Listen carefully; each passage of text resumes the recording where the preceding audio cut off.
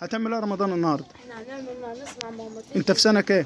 احنا في سنة سادسة. سنه 6. ده مشروع المغناطيس الكهربائي؟ ايوه. ده اللي في ده دوت حتة جلبة وجبنا ماسوره بلاستيك يعني؟ ماسورة بلاستيك. تمام. وجبنا سلك سلك كهرباء ولفيته عليها؟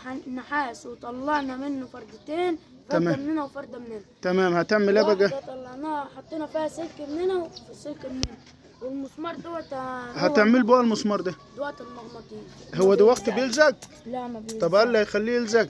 اللي احنا هنحطه هنا. لا مش مشكله، ما تربطش صوميل عادي، مش مشكله. وصل الفرده بتاع الكهرباء التانية اهي، خد هنا وجر، ما تخافش. وصل هنا، وصل عادي يا بابا، انت كده صح. كده لما بيوصل الكهرباء في الملف اللي بيحصل يا رمضان. ايه رايكم يا شباب؟ دي طلبة سنة 6 اهو. يبقى كده ايه؟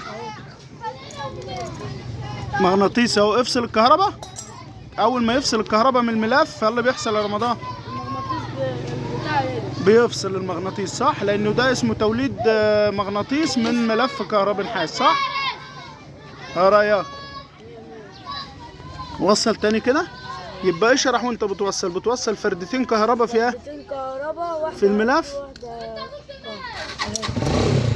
وصل تاني كده، سيب كده، وصل. لا ما ايوه تمام.